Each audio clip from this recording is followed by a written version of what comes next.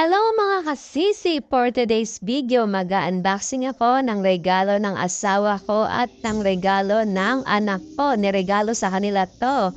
So ayan, dahil wala akong natanggap na regalo, ako na lang yung magbubuas ng regalo nila.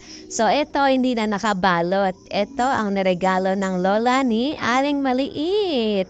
Kasi 10 months siya ngayon. So ayan, large na diaper. Tapos ayan. So tingnan natin ano yung laman ng regalo pa ng lola ni Aling Maliit.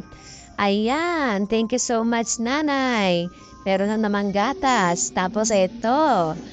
Taglamig na kasi dito, kaya ito ang ganda nitong niregalo ng lola niya. Saktong-sakto sa taglamig. Tapos ayan, meron pa. O diba, too much spoiled si Aling Maliit, mga kasisi, may pang-OOTD na naman siya. So, ang gaganda ng regalo ng lola ni Aling Maliit. Thank you so much, Nanay Bioli. So, ayan. So, isusunod naman natin mga kasisi yung regalo ng ninang at ninong ni Aling Maliit sa tatay niya.